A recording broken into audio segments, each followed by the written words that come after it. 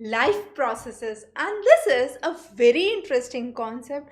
We live, we breathe, we walk, we do daily activities, and how is all that possible? It's really interesting to understand. In this lecture we would focus on the living organisms, characteristics that differentiate a living organism from a non-living organism, and then we would move forward to understand four major life processes, and those are nutrition, respiration, transportation, and excretion.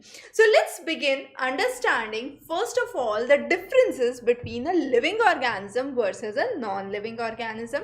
Living organism can be characterized by acute mnemonic, which is MRS GREN, where M stands for movement, R stands for respiration, S stands for sensitivity.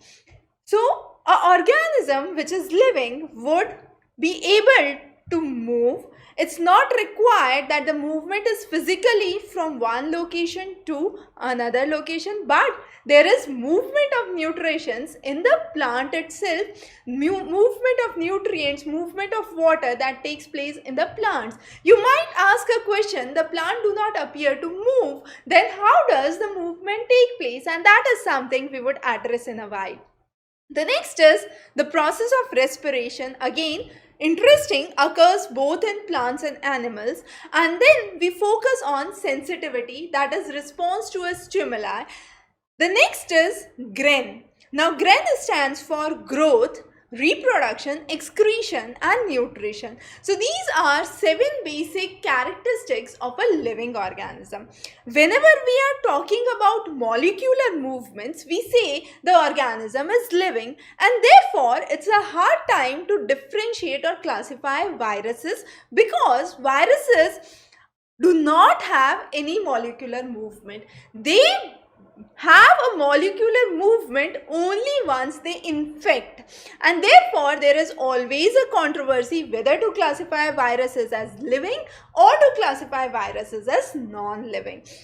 We would also understand that each of the organisms, as we have seen in our lower classes, that there is tissue, then tissues have cell, and within cell we have the nucleus and other components. So this can be compared to a building, and that's very much a reality. We have an organ, within the organ there are organ systems. So similarly, there is a society has buildings, building has apartment, and apartment has certain rooms. Now there can be a category of slum where you can say there is just one room where the family dwells, or there could be a villa or a bungalow where you have numerous rooms and each of the family members might be allotted a separate room or might be shared with few of the family members. But the concept here is we are focusing on either a single-celled organism or a multicellular organism. Single-celled organism, all the functions are performed by a single cell, be it the process of excretion, reproduction, be it the process of growth or respiration. However, under multicellular organism, you have different categories or different activities which are performed by different cells. And similarly, in a bigger house you would see there is a drawing room, there is a kitchen, there is a dining room. So the idea is there is diversification and specialization for each of the cells or each of the rooms or each of the family members that are present there. So that is a very good way to understand and develop a visualization how we classify and understand a living organism. So these life processes are very important. Most of the life processes occur through a process of oxidation reduction. So cells utilize oxygen, and this is the process of cellular respiration, as we know. And through this, you have the life processes that actually take place. But maintenance of life process is equally important. Consider that you purchase a house and you have been there for last 10 years. Definitely in the last 10 years you would see there is either a dilapidation of the building that is taken on, or there is certain damage in the infrastructure, there could be damage in the pipelines. So there can be different cases which require repair. Same happens with the cell of an organism. The cells of an organism require constant repair, and it is interesting that the body is capable of self-repairing, and sometimes when the self-repair does not work well, there is medical assistance that is required. So let's begin our journey today with 4 of the major processes. As we said, let's first dive into the process of nutrition, and we promise that after you finish this lecture on nutrition, you would be well able to understand the differences of the process of nutrition in a plant versus an animal. Now, plants have a unique capability to produce their own food through the process of photosynthesis, that is occurring in presence of sunlight and due to the green pigment, which is chlorophyll. And this green pigment, chlorophyll, is present where? It is present in the chloroplast of the cell. Again, it's important, most of the leaves have chloroplast on the upper surface so that maximum process of photosynthesis can easily take place. Plants are classified as autotrophs. That means they are capable of producing their own food in presence of sunlight.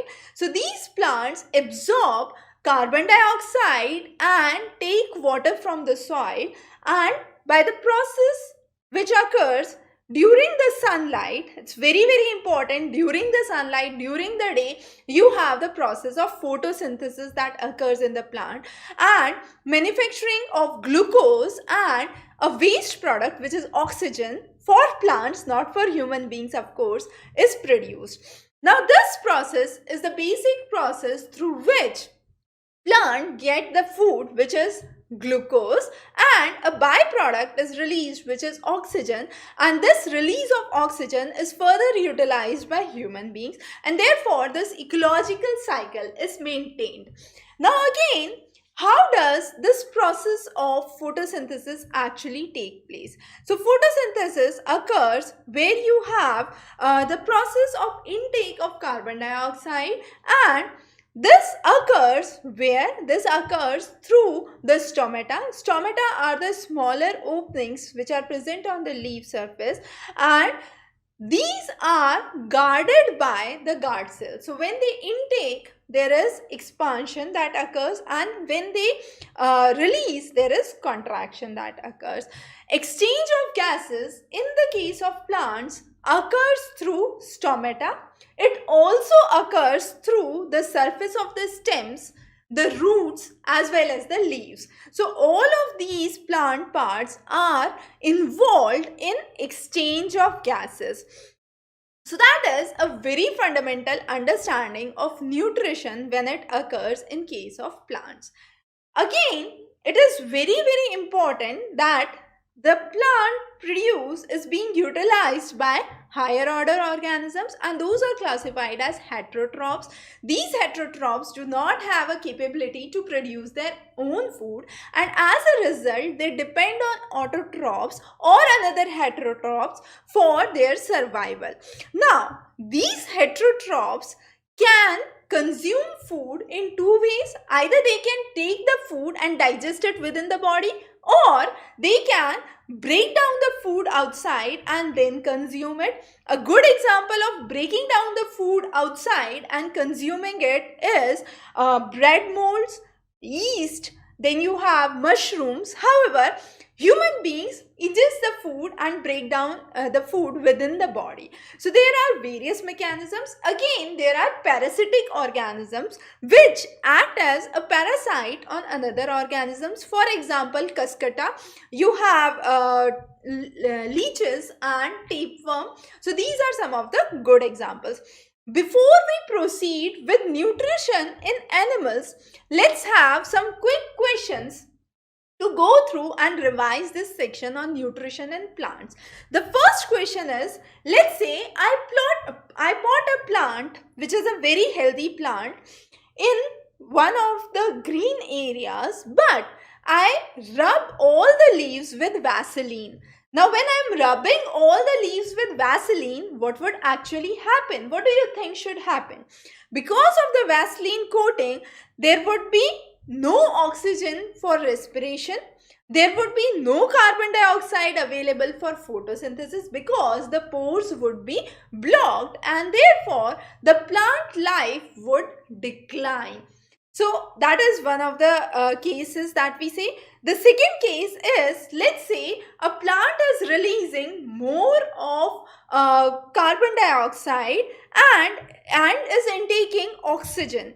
Now, what is this phenomena? You might get confused, but the fact is plant also intake oxygen, and this intake is because of the process of respiration that occurs in plant, which we would understand in our next section within this lecture. The idea is, when they respire, they intake oxygen and release carbon dioxide, and this happens mainly during the night time, and therefore it's mainly recommended, it's not a good idea to sleep beneath a tree during the night time, because during the night time the process of respiration is at its peak, or it's much more active, and there is no photosynthesis, so there is higher amount of carbon dioxide being released in the region of the or the vicinity of the plants. However, during the day there is higher release of oxygen. So if you are trying to take shelter under the shade of a tree, it's a good idea to have a rest during the daytime. The next is, why leaves have certain adaptations for photosynthesis, and what are those adaptations? Definitely, if you look onto most of the plants, the leaves do not overlap one over the other. They are either arranged at right angle or at some angle to ensure that each of the leaf is receiving significant amount of sunlight. The next is, leaf usually have a larger surface area, so it's a kind of bigger surface area. When you have a leaf here, you would understand there is a bigger surface area. It's not just a spine or a thorn that is seen. So surface area is enhanced, and this helps in maximum absorption of light. Also, you would have huge number of chloroplasts that are present, a good network of veins that is available. So those are some of the specific benefits of nutrition, the process of nutrition in case of plants. Coming on to nutrition in animals, let's first understand the lower order organism. What happens in the case of amoeba? In the case of amoeba, you have a pseudopodia, which is pseudo means false, podia means leg. So amoeba has false leg. It does not have a fixed shape of the leg. It changes its shape according to the need. So whenever there is a food vacuole that is present, the amoeba would slowly engulf it and digest it, and that's the process of engulfing the food in case of amoeba. In case of paramecium, there is a groove that is present. So across the body of the paramecium, you would have small cilia which basically divert the food particle towards the food groove, and once the particle reaches the groove, it is engulfed by the paramecium. So those are simple ways to understand the nutrition in lower order organisms. Coming on to nutrition in higher order organism, we would understand the digestive system. But before we begin with that, let's understand a very simple question, and I have an experiment for you. I have some cooked rice here, and I add few drops of iodine to it. What would happen? The color would change to blue-black, and this indicates the presence of what? This indicates the presence of starch. So when we are trying to digest the food, there is digestion of starch, there is digestion of carbohydrate, fats and proteins that occurs in the human body. Coming on to the system of digestion in humans. So the food is engulfed through the mouth. Now in the mouth, saliva basically softens the food and lubricates it so that it moves easily through the food pipe or the esophagus. The movement through which the food moves down to the stomach is known as the process of peristalsis, and the food balls that are created so that they smoothly run down are known as bolus. Once the food reaches the stomach, you have the gastric juices that are released in the stomach. Now in stomach, this gastric juices usually account for three things that we would understand. One is the acid, the hydrochloric acid that is released in the stomach. The next is the mucus, and the third is the enzyme, which is pepsin, which helps to break down the protein.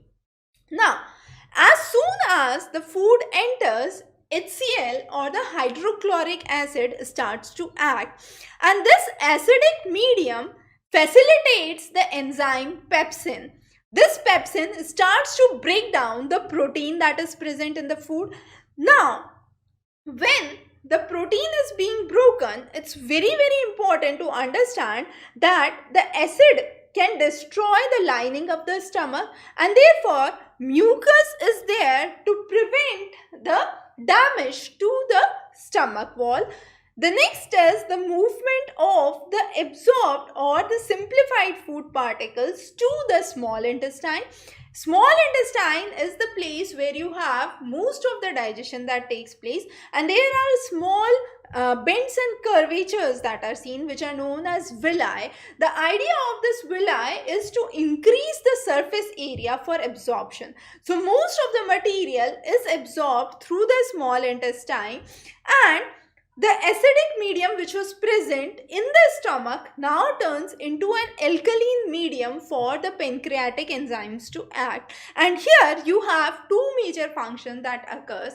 First is emulsification of fat, which is breaking down of fat into smaller globules that are present, and trypsin is which acts for digestion of protein, and lipase acts for digestion of fat. So most of the protein is digested in the stomach, but whatever protein is left is now digested in the small intestine through trypsin, through the action of trypsin, and fat being digested by lipase, which is emulsification of fat taking place, breaking down the bigger fat molecules into smaller fat molecules or globules so that they are easier to be absorbed.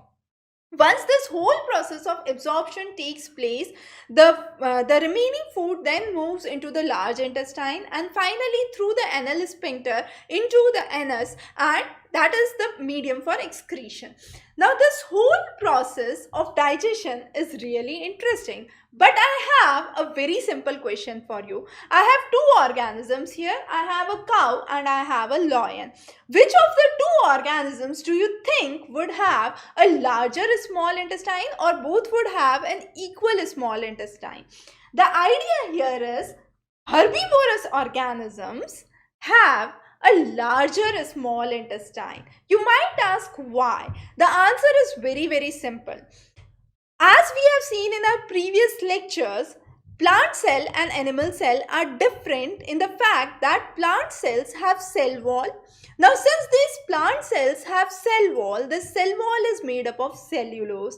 Now digestion of cellulose is difficult, and therefore herbivorous organisms which are dependent on plant would have longer small intestine in order to digest that cellulose nicely. In contrast to that, the carnivorous animals would usually have smaller small intestine. So that was one of the interesting facts that you must know before we proceed to the next section.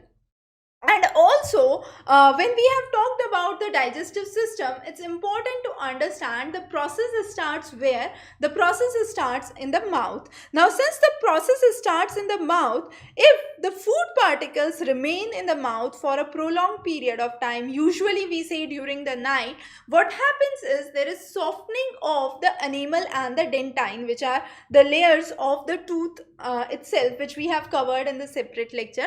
Now, this affects the health of the teeth, causes softening, and finally demineralizes the enamel, which is one of the major reasons for caries or dental caries that occur.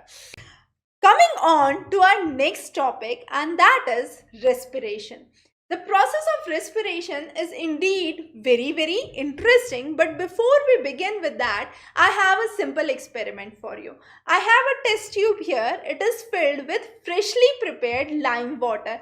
Now don't get confused, this is not a lime water from lemon. This is a lime water which is saturated calcium hydroxide solution, and it is freshly prepared, because we would understand that in a while why. Now through this freshly prepared lime water which is transparent, I am just blowing out the air. What would happen? Over the time, you would see that this freshly prepared lime water turns out to be milky. Why? This is because of the reaction or the action with carbon dioxide. The calcium hydroxide that is present reacts with carbon dioxide to produce calcium carbonate, which is the reason it turns milky. And that is why I said it is a freshly prepared lime water, because if you leave it for a while, the natural atmospheric carbon dioxide would be absorbed and it would turn milky automatically. However, it would take a little longer time to turn milky. The next important thing that we understand is another experiment that we would understand in a while. But before that, when we talk about the process of respiration, be it the plants or the animals, glucose is one through which you have the ATP energy that is produced, and this glucose, which is a 6-carbon molecule, is simplified into pyruvate, which is 3-carbon molecule. Now once it is simplified into a 3-carbon molecule, there can be an aerobic process and an anaerobic process. Anaerobic process is a process which does not require oxygen. Aerobic processes require oxygen. So when there is lack of oxygen or absence of oxygen, as in the case of yeast, what would happen? It would further break down. This pyruvate would break down into ethanol, carbon dioxide and energy. However, when there is oxygen that is present, as in human beings, as in mitochondria, we would say, this pyruvate would break down into carbon dioxide, water and energy. The same process occurs both in plants and animals. So you have aerobic respiration that occurs in plants and human beings. The next is, sometimes there is not sufficient oxygen that is present.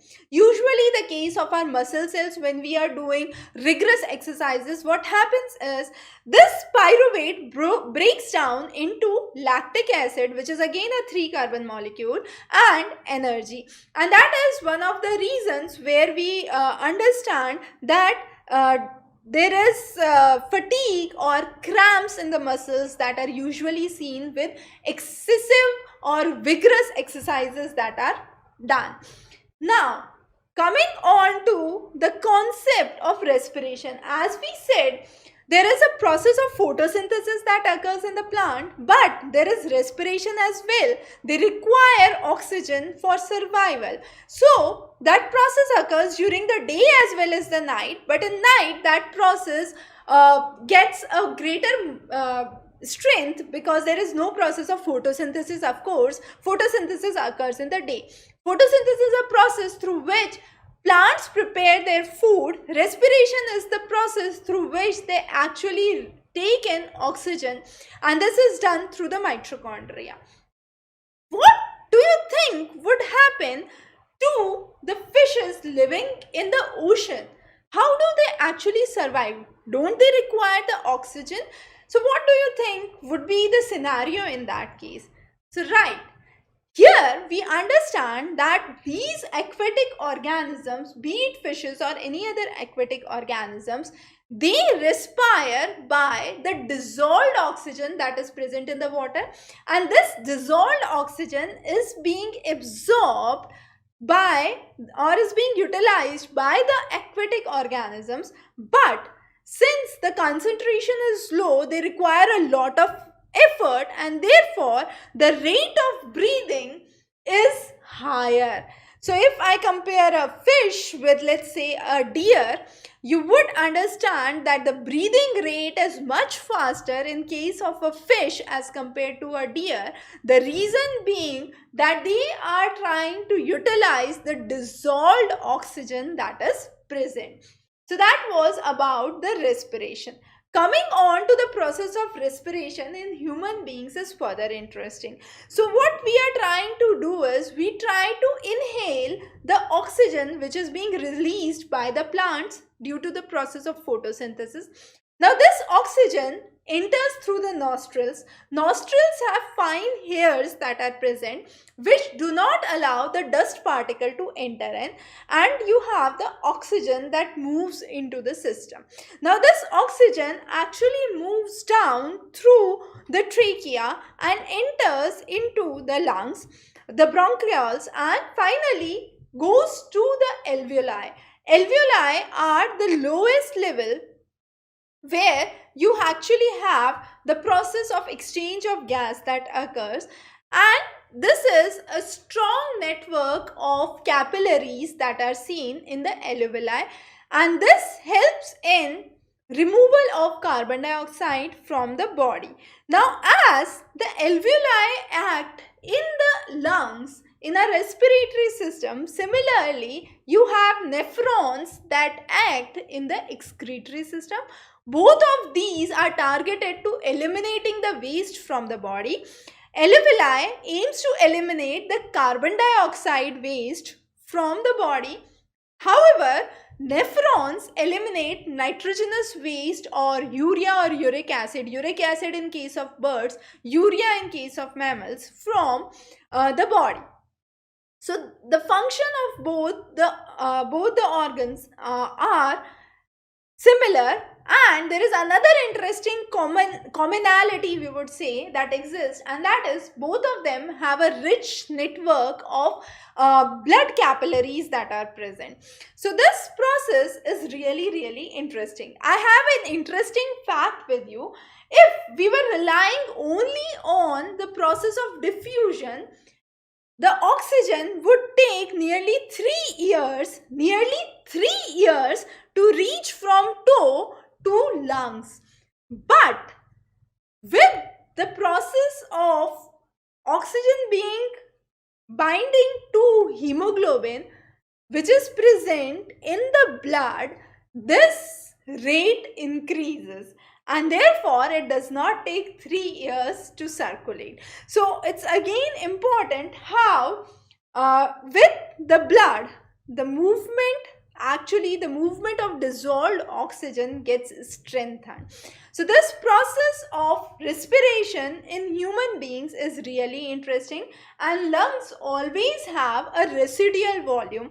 We would understand the various volumes in the further higher classes, but for now the idea is lungs always have a residual amount of air that is present, so that there is sufficient oxygen that is absorbed, and for that there is certain amount of carbon dioxide that is being released. Lungs are also very important and essential part when it comes to the process of transportation or the process of circulatory system that we would understand next. So coming on to the process of circulatory system. Now circulatory system occurs through blood. Blood is one of the major connective tissues, and blood consists of a fluid medium which is plasma. Within the plasma you have cells that are suspended, and these cells are the RBCs, WBCs and platelets. Now if there is an injury, after some time, even if you do not compress it a lot, you would see there is clotting that occurs, and this is a natural process that occurs because of the platelets that are present in the blood. Similarly, WBC, the white blood corpuscles, are present to strengthen the immunity, and RBCs, the red blood corpuscles, have the heme or the hemoglobin that is present, and that binds to oxygen, and that is important for the process of cleaning of the air that is coming into the body. Now what happens in heart? In heart we have a 4-chambered heart. Again, it's very important. Human beings or mammals have a 4-chambered heart. Fishes have a 2-chambered heart, and reptiles have a 3-chambered heart, with an exception of crocodile having a 4-chambered heart, as we have done in our animal classification. The idea here is, in fishes there is single circulation that occurs. That means the blood moves through the heart only once. However, in a 4-chambered heart, as in human beings, there is a process of double circulation that occurs. What does this mean? You have 2 auricles and 2 ventricles. The process occurs twice. The blood moves twice through the auricles and twice through the ventricles. And how does it happen? So the fresh blood, or the blood rich in oxygen, moves to the aorta from the lungs. The purified blood enters into the left auricle, and from the left auricle it moves to the left ventricle. From the left ventricle it is supplied to the whole body. Now the impure blood moves to the right auricle or the right atrium, and from the right atrium it moves to the right ventricle, and from the right ventricle the impure blood moves to the lungs for the process of purification. Now how does it move from the lungs? It goes through the pulmonary artery. A lot of students have confusion regarding what is artery. To clarify it right away, a very easy way to remember: A for artery, A for away. That means arteries take the blood away from heart. It's not required that arteries carry only pure blood, because pulmonary artery is an artery which carries impure blood, and it carries the impure blood from heart to the lungs for the process of purification, but it is taking the blood away from the heart, and therefore the best way to remember is A for artery, A for away. So it always takes the blood away from the heart. Again, arteries have elastic and thick walls because the pressure is much more higher. In case of arteries, there is pure blood. Again, when we compare the auricles and the ventricles of the heart, the ventricles of the heart have a thick muscle. The auricles and the ventricles are separated, or I could say the auricles and the ventricles are separated by the walls, the bicuspid and the tricuspid wall that is present. And again, the left half is separated from the right half of the heart, and that is through septa. So that is a basic understanding of the transportation process that occurs in human being. I repeat again some of the key highlights. Arteries take the blood away from the heart. They are elastic. They are basically thick walled. However, ventricles are thick walled. So within the 4 chambers of the heart, ventricles have thick muscles. However, as compared to arteries and veins, arteries have thicker muscles. Okay. The next important concept that we understand is, whenever we are trying to understand the pressure of the blood, we understand it through the arteries, not through the veins. There is the process of contraction and relaxation that occurs. The process of contraction is known as systolic pressure, and the relaxation is known as diastolic pressure. So the systolic and the diastolic pressure is important. The diastolic pressure, which is the pressure during the relaxing, is 80 mm of mercury. However, during the contraction it is 120 mm of mercury, and this is a standard blood pressure that is called as. If the blood pressure is higher than this, it is called as hypertension, because there is increased resistance for the flow of blood that is being offered. So that is a general idea to understand the process of blood pressure. Blood pressure is measured by an instrument which is known as sphygmomanometer. The next important thing that we would understand is the process of transportation in plants. We have understood the process of transportation or the process of circulation that occurs in animals, mainly the human beings, and coming on to plants. Now plants, they obviously do not move, but there is movement or transportation of nutrients, transportation of water, minerals that occurs in the plant. And how does this occur? This occurs through the xylem and the phloem. So xylem basically takes all the material from the roots through the vessels and the tracheids to the plant part and supplies the water and the nutrient to the plant. Once the leaves produce the finished food, it is transported to the various parts of the plant by phloem. So there is where we understand the role of xylem and phloem. In our previous lectures, we have already understood the components of xylem and components of phloem. So we won't go into that detail again. But to make the things very clear, we know few of the facts about plants. Plants do not move. Plants have a huge number of dead cells, be it the bark of the plant, be it the drying of the leaves that are seen, and there is where you have lot of excretion that is seen, and therefore a relatively slow transport system would work well. However, if the tree is huge, if the tree is big, you would require movement to far off regions of the tree, and therefore the processes further needs to be strengthened. So those are some of the key things that we need to understand in the process of transportation in case of plants. However, as we said, when it comes to xylem, there is the movement where soil and water and the plant roots are related, and there is active uptake of ions that occurs. This creates a difference in the concentration of ions which are present in the root and below the root or in the soil, and therefore movement actually occurs in order to eliminate that difference that is there, and there is a kind of upward movement with the help of xylem that occurs. Again, in the plants, we observe the process of transpiration, which is loss of water. Loss of water occurs from the leaves that is seen. Again, why it is important? If there is no loss of water, there would be no cooling effect, and as a result, no thermal regulation, and the heat and the leaves would actually dry up, heat up and dry up. In order to prevent that, transpiration is a very essential part of plants.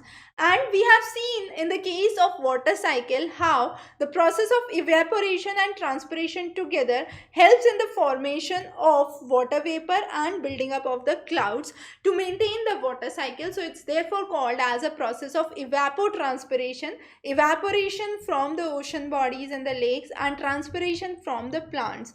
So transpiration is indeed a very important essential part, helps in thermal regulation, helps in loss of water from the aerial plants, and upward movement and absorption of minerals in the plant. Also, the process of absorption of the processed food material across the plant occurs through translocation, which is done through phloem, as we have already understood, and this happens with the changes in the osmotic pressure in the cell. And with the changes in the osmotic pressure in the cell, this process of translocation is further strengthened. Now, another important thing that we need to understand is excretion. So excretion is another important life activity or an activity of a living organism. We would understand excretion both in human beings as well as in plants. The idea here is, let's first talk about plants. For plants, oxygen itself is a excretion, because during the process of photosynthesis, oxygen is a byproduct, and that is being released into the atmosphere because it is a waste for the plant. Some of it is required for the process of respiration, the rest of it is being thrown away by the plant. The plant also gets rid of excess water through the process of transpiration. Also, a lot of plant waste is stored in the cells of the vacuoles of the mesophyll cells, and therefore when the leaves die off, these remaining parts are excreted through the drying off of the leaves. So the mesophyll cells, the vacuoles of the mesophyll cell actually store a lot of waste product. So that was about the excretion in case of plants. Coming on to animals or human beings, human beings, the process of excretion occurs through a pair of kidney. This pair of kidney is connected to a ureter, to a pair of ureter, finally emptying into urethra and urinary bladder, and from the urinary bladder into the urethra, which is the exit point for the urine. Now, this kidneys are made up of what? As we have discussed previously, they are made up of nephrons, similar to the lungs, which are made up of alveoli. These nephrons are rich in capillaries, blood capillaries, and the process of absorption takes place. So if we dive into the structure of nephrons, we would have a Bowman's capsule that is present, which is connected to a tubular part of the nephron. There is a glomerulus that is present. The details of the nephron we would be understanding in higher lectures, but the idea is this intake or the flow that occurs through each of the nephrons helps in absorption and selective reabsorption of urine, where most of the water, the nutrients are being absorbed, and the remaining nitrogenous waste, which is mainly in the form of urea, is being excreted.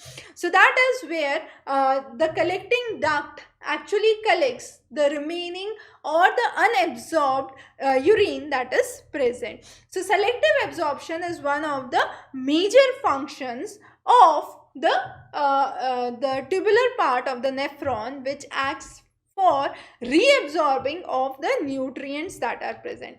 But there are cases where actually the kidneys fail to work in human beings, because kidneys are vital for the process of excretion and elimination of waste. As we have understood, the elimination of waste in the form of carbon dioxide occurs through lungs, but the nitrogenous waste is being released through kidneys. If these kidneys are not functioning properly, there is a condition which is known as dialysis, and this process of dialysis does the filtration of the waste. And how does it does? There is a kind of permeable chamber that is present. The blood from the artery is being put into the pipe through that selective membrane, which is in the dialysis solution, and from that the used solution is removed, and the remaining blood is again pumped in to the body, and that is how the process of dialysis actually takes place. In a healthy adult, we say kidneys have a capacity to filter nearly 180 liters per day. However, the actual volume that is excreted is just 1 to 2 liters in a day, but the filtration amount in the kidneys is much higher. So this was about the basic life processes that we have understood today. As we had promised in the beginning of the lecture, we have covered 4 of the important life processes: the process of nutrition, the autotrophs and the heterotrophs, the process of respiration in the plants, which is through photosynthesis in the animals, and the humans, which is through the process of respiratory system. Then we focused on the transportation system. In plants, it is through xylem and phloem, and in animals through the process of circulatory system. And finally, the process of excretion, where we focused on the role of kidneys and the excretory system in human beings versus the process of excretion in the plants, and that is the elimination of oxygen and excess water supply and the decaying of the leaves that we have seen. In this section, we would understand actually how does organisms reproduce. But before addressing that question, let's understand why does this process takes place. So first we need to understand that this is a non-essential process. In contrast to the essential processes, what are those essential processes? Definitely nutrition, respiration, excretion are some of the essential processes that are there. Also, the organisms that are reproduced look similar to the original organism. So let's say these are the 2 original organisms. The new organism that would be an offshoot of this organism would be somewhat similar to the main organism, or it could be exactly similar based on what kind of reproduction process takes place. Also, the process of reproduction involves what? It involves the genetic material. Now, how does it occur? In the previous lectures, we have understood we have cell. Within the cell, there is nucleus. Within the nucleus, there is chromosomes, and within the chromosomes, you have the DNA that is there. So, I can simply say cell. Within the cell, you have nucleus. Within the nucleus, there is chromosomes, and within the chromosome, there is DNA, and this DNA is the carrier of the hereditary information. If the information being carried by the DNA gets changed, you have a different protein that is made, and this differences in the protein, so basically change in the DNA would lead to change in the protein structure, and this change in the protein structure would lead to a altered body design or a new variation in the organism that would be seen, and this variation is indeed essential for the next generations or for the diversity to exist. Now, DNA copies, how do we understand it? In a basic process of reproduction, there is creation of this DNA copies, and the cells actually use the chemical energy to build up the copies of the DNA. So, from one DNA, you have another DNA being built, and this is where you have the chemical reactions that occur, and in this process, there are replicas or copies that are being built. Also, this copy is being accompanied by additional cellular apparatus that are there. That means a cell divides into two to give rise to two cells, and these cells are similar to the original cell, but they are not essentially identical. So it's very important to understand that they can be similar to the original cell, but they are not essentially exactly the replica or an identical form, and therefore we understand the term variations, and this is where we have the changes in the structure that would be seen. So variation is important. The consistency of the DNA during the process of reproduction does not remain same, and therefore variation occur, and this variation allows organism to be of a particular niche. Now, if the niche is altered, now how the niche can be altered? Let's say there is a species of bacteria which is adopted to a region where there is lot of volcanic activities. Let's assume that. So this is a mountain with lot of volcanic activities, and here we have a special species of bacteria that is present. Now, what would happen if this niche of this volcanic activity is altered? Let's say the atmosphere becomes too cold, the temperature suddenly drops down, the water level changes, the amount of carbon concentration in the atmosphere changes, then this bacteria is ought to wipe off. This bacteria would completely disappear. What would remain is any variation that would be able to survive to the change in the climatic condition. So let's say this volcanic atmosphere is now getting cold. Only those bacteria would be able to survive which can adapt themselves to this cold environment, and therefore what is required? Variation is required. If there is no variation, there would be extinction of the species, as in the case of dinosaurs we have seen. If there was a variation of dinosaur that could have adapted to the new environment, probably one of the species that we see around is a variation of dinosaur, we don't know, but yes, if there is variation, what would happen? That species will not vanish off, and it has a capability to adjust itself to the adverse climatic conditions that are there, and that is one of the very basic understanding of the concept of variation. So far we have understood how DNA is the carrier of the genetic information, how a cell breaks down into two cells, and each of the cells are similar but they are not exactly identical, and therefore it's important that variations are part of civilization and the growth of civilization. If there were exactly identical copies of all the species that are present, with any change in the niche or the environment surrounding them, it could be increase in temperature, decrease in temperature, hit by a meteorite, or changes in the water level, changes in the moisture or humidity level, all of those phenomena could actually wipe off the species, and those species would be the only species that would survive who are able to adjust to the variations, or who are capable of adjusting to the new situations that are there. And therefore variation is essential, and this variation comes through the process of reproduction. Coming to asexual reproduction in unicellular and multicellular organism. Before beginning that, let's understand what do we mean by asexual reproduction. Asexual reproduction actually means where there is only one individual that is required. There is no need for two separate individuals. There is no production of gamete in the process of asexual reproduction. Only one of the parents is required. Therefore I say only one of the individual or one of the parents is required. There is no gamete that is involved, no process of fertilization that takes place.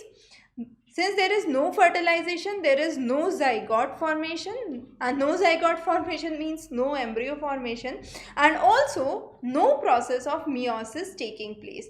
Now, since I am saying no to all of these are essential part of the sexual reproduction, which we would cover in the next section. Now, asexual reproduction, as I said, requires only one individual. There is no requirement for gamete formation. Gametes are not involved. There is no fertilization, and therefore no zygote formation, and no process of meiosis that is involved in the process of reproduction. Now, also, since none of these things are required, asexual reproduction is considered as one of the best ways where we explain the clone. So clone is an exact identical copy or the offspring which is exactly the same as the parent, and therefore this is a term called as cloning. Cloning have been also tried in other species. Dolly was the first sheep that was cloned, and the cloning has been an issue of ethical debate in higher order organisms. So that is the first thing that we need to understand, and clones have remarkable similarities with their parents in terms of the genetic material. Now coming on to the various forms of asexual reproduction. The first is the fission method. Now fission method could be further explained under three. So we would be taking three different examples to explain it. The first example is an example of amoeba. Amoeba, the fission actually takes place with the replication of the DNA, the process of cytokinesis where the cytoplasm separates, and there are two identical daughter nuclei that is formed, as you could see in this process. Now it is important that in amoeba the process can occur, the fission process can occur in any of the planes. That means if this is the cell, it could be cut into this fashion, it could be cut into this fashion, it could be cut into this fashion, or any other method, and there would be the production of offspring which would be identical copies to the parent. So that is the case of amoeba. The next case is leishmania. Now leishmania is also one of the causes for Kala Azar, which is one of the popular diseases in most of the forest areas. Now here what happens is there is fission, but it occurs only in one plane, and this is the plane where you have the fission process that occurs. Fission cannot occur in any other plane in case of leishmania. So fission process only, we are talking about the process of fission method only, and here the first example was the example of amoeba where the fission could occur in any of the planes, leishmania where fission occurs only in a single plane, and the last is the case of plasmodium. In the case of plasmodium there is multiple fission. It's not a binary fission. So far, in the case of amoeba and leishmania, as we have seen, it's an example of binary fission because one species creating two identical copies. But in case of Plasmodium, there is multiple fission. You have the C-zont and there are numerous daughter nuclei that are seen. Once it ruptures, you have numerous Plasmodiums that are seen. Also, a similar example which we would understand in this process is yeast. Now, yeast is important. Yeast is a specific organism that fails to multiply in water, but it multiplies rapidly in sugar solution because sugar is the medium that provides energy for sustaining all the life activities of yeast, and therefore the process of reproduction is triggered with a sugar solution. In water, the yeast does not find adequate source of energy and therefore this process cannot be done. So that is an example of yeast. Coming on to the next forms. So we have multicellular organisms which usually have simpler structures. For example, Spirogyra. Now Spirogyra, there is a process, it's a multicellular organism first of all, but the process of reproduction is asexual. So it's not required that asexual reproduction occurs only and only in unicellular organisms. It can occur in multicellular organisms as well. Now what happens? Spirogyra is capable of, can be broken down into multiple pieces and each piece can regenerate. Similar process occurs in the case of Hydra. So if Hydra is cut from between, the upper half and the lower half have a capability to regenerate into a full grown Hydra, and this is a process known as regeneration. Hydra is interesting because Hydra along with regeneration also has another interesting process which is budding, which we would understand in a while. But other good examples of regeneration are, besides Hydra is one of the examples, besides that you have starfish as another important example and planaria as another important example. So those are the examples of regeneration. So let's say I have a planaria here. Now this planaria is cut into two halves. So what would be the regenerated part? So this part was already there. Now this would be the shaded part I am marking here, would be one of the regenerated parts, and another planaria, this would be the shaded part would be the regenerated part. So if planaria is being cut vertically, half of it being separated, here this part would convert into a new planaria and the regenerated part would be there. Here this would be the regenerated part. So that is as simple as that. So that was regeneration. Regeneration is carried out by specialized cells, and these cells have a capability to multiply into huge numbers. The next is the process of budding. So as in the case of Hydra, there is a small bud that develops. This bud grows on and finally detaches to form a new Hydra. So initially there is a bud formation. This bud enlarges and then finally separates out as a different Hydra, and this is a process that occurs through the outgrowth by repeated cell division. So there is a repeated process of cell division. The buds develop into tiny individual which detaches and grows into a full grown adult. So that is another process. So three important processes that we have covered so far, that is fission method, regeneration method and budding method. Coming on to the cases of vegetative reproduction and spore formation. So those are the two important cases that we would understand. Spore formation occurs in the case of fungi. So what happens in the case of fungi? There are thread-like structures and these are known as hyphae. These are usually seen on the bread mold, and these are not the reproductive part. The reproductive part is the spore that basically ruptures and you have the spores that separate out. Now this spore, sporangia, which has the numerous spores in it, contain or have a capability to develop into a new rhizopus. So this is an example of rhizopus where you have the process of spore formation that occurs. Good example is the bread mold. where you have the hyphae that are seen, the thread-like structures on the bread, and then you have the tiny bulb-like structure that could be seen, which is the sporangia, which is the home to the various spores. When it ruptures, these spores separate out and have a capability to form a new rhizopus.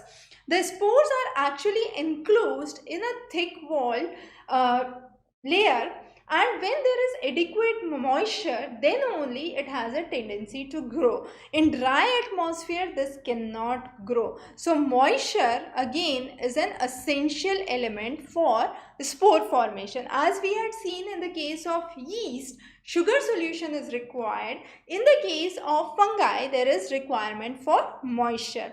So that is one example. The next is the process of vegetative reproduction. Now vegetative reproduction is another important process. A good example is the leaf bryophyllum. Bryophyllum is an example where you have the new buds that are being seen from the edges of the leaf.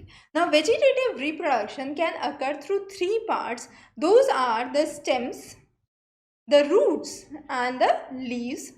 Bryophyllum is an example where vegetative reproduction occurs through the leaves. Now various fruits, for example banana, orange, rose, jasmine, so those are some of the examples where you actually do not have seed that is required for the formation of new plant. There is the process of vegetative reproduction that actually is seen, and therefore it is one of the major advantage where genetically similar crops can be produced because it is asexual in nature. There is no requirement for the seed formation that occurs in the flowering plant, which we would understand in the next section. Also, there is another interesting process which is known as tissue culture. So besides the three methods that we have talked about, that is the fission method, the regeneration, and the process where we have talked about understanding the multicellular organisms, the process of budding.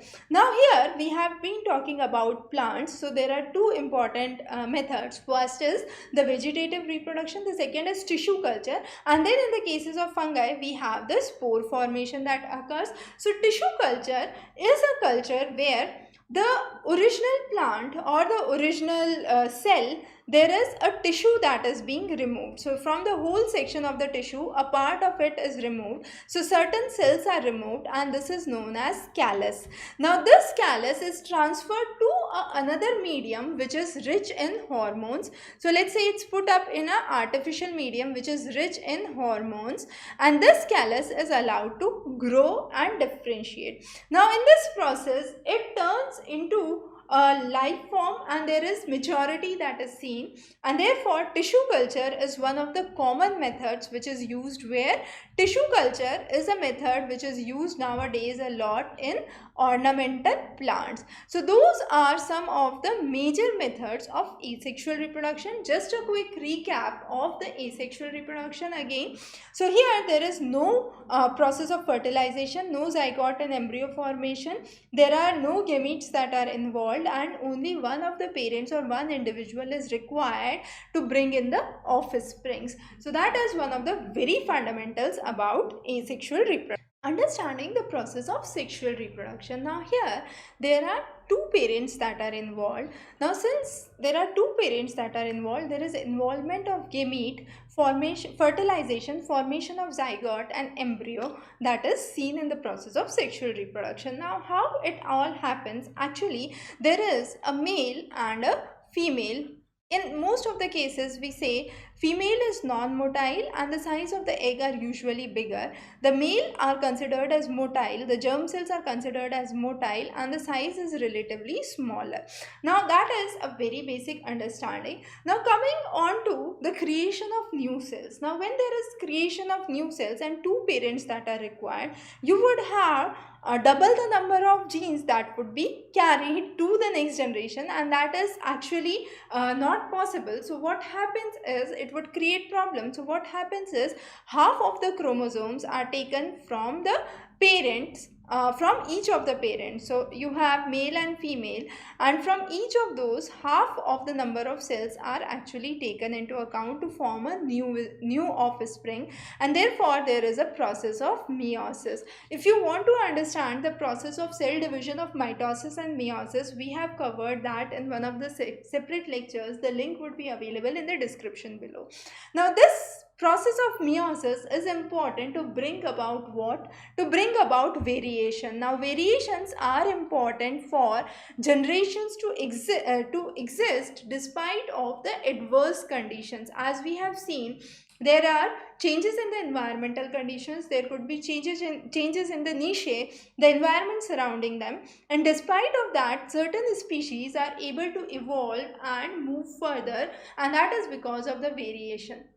When there is sexual reproduction, the proportion of variation in the offspring is much higher as compared to the asexual reproduction. Also, in this process, as we saw, fertilization takes place.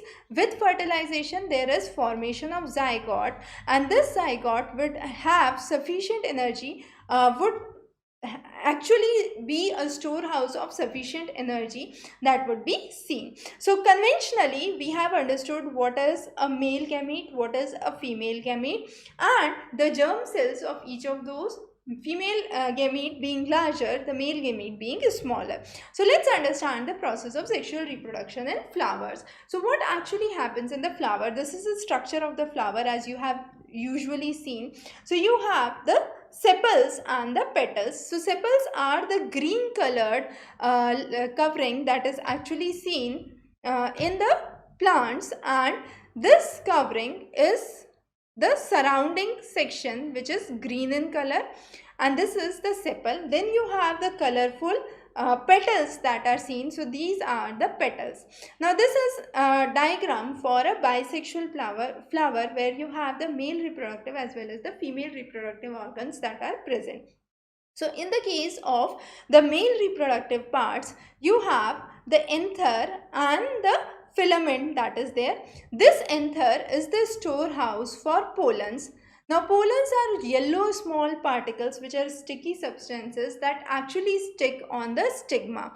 Now the female reproductive part in a flower comprises of 3 units. There is ovary, then you have the style and the stigma. Ovary further has ovule that is present within it, and the anthers which have the pollen grains. These yellow small sticky pollen grains stick onto the surface of the stigma and finally enter through the style and fertilize in the ovary. When the process of fertilization in the ovary occurs, there is embryo formation. Now as this ovary converts into a fruit, what would happen? The ovary would convert into the fruit, and the ovules that are there would change into the seeds, and that is how the process of sexual reproduction in flowering plant actually takes place. Now there are either the flowers which are unisexual or bisexual. That means one of the either the male reproductive part or the female reproductive part is present in the flower. So unisexual are the examples in the case of flowering plants are papaya and watermelon. So those are 2 most common examples that you must know. And then we have bisexual plants. A good example is hibiscus, that is the diagram as you can see here. And then besides hibiscus there is also mustard. So those are good examples for bisexual flowers. Now what would happen if the 2 flowers, the flower with male reproductive part and the female reproductive part is present on the same plant or within the same flower, as in the case of bisexual flowers, then there would be self-pollination. Self-pollination is a process which occurs either within the same flower, as in the case of hibiscus that we can see, as in the case of mustard, any of the bisexual flowers, or it could be within the same plant. So within the same plant there would be one of the male reproductive parts and the other is the female reproductive flower, and there is pollination within the same plant.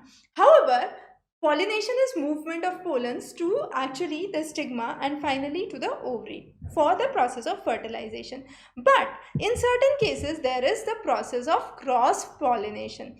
Cross-pollination happens when both the plants, the male and the female plants, are present on separate trees or the separate branches, separate trees or separate, we could say, shrubs or herbs, whatever it is. But the two plants are actually physically separated, and then you have the process of cross pollination. Now, what are some of the pollinating agents?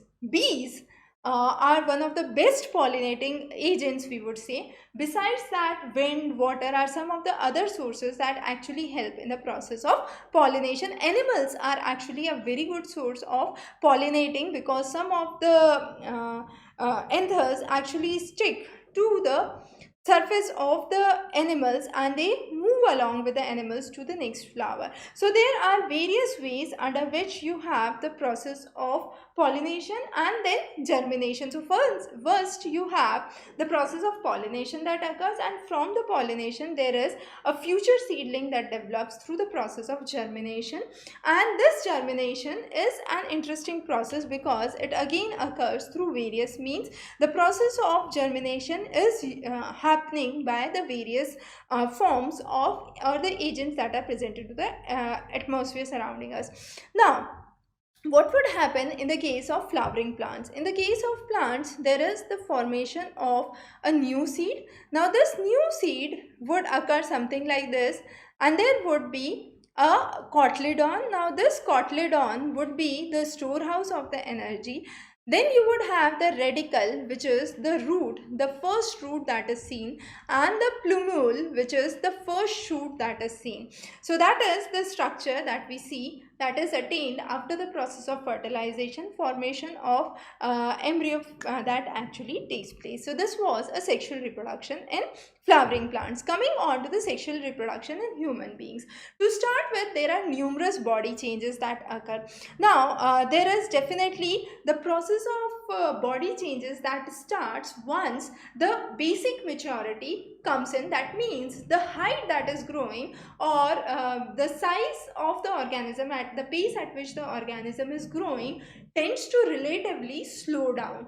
And once the growth starts to slow down, the process of sexual maturity starts to occur. Now, these bodily changes can be slow in certain human beings, could be relatively faster in other human beings, and there is no exact date or timeline that could be explained for a teenage or a child in puberty. Now, as we understand, an organism grows in height. Similarly, there is falling of the milk teeth, normal teeth appearing. Similar to that, there are numerous changes that occurs. So in the boys, it's mainly through the testosterone hormone there are changes, and in the girls it is the estrogen hormone. So both of these bring in signs of bodily changes. Those are the hair growth, the darkening of the certain areas of the body. Then you have a coarse voice, as it could be seen in the cases of boys. In the cases of girls, there is enlargement in the body organs that could be seen. So those are some of the important aspects that are a sign of the bodily changes.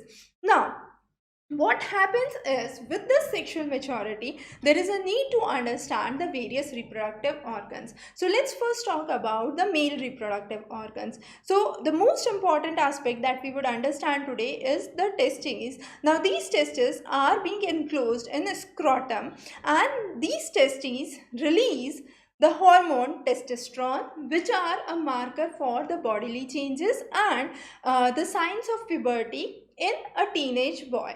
Now, the semen that is being produced moves from the testes to the vasa deferens and finally through the urethra.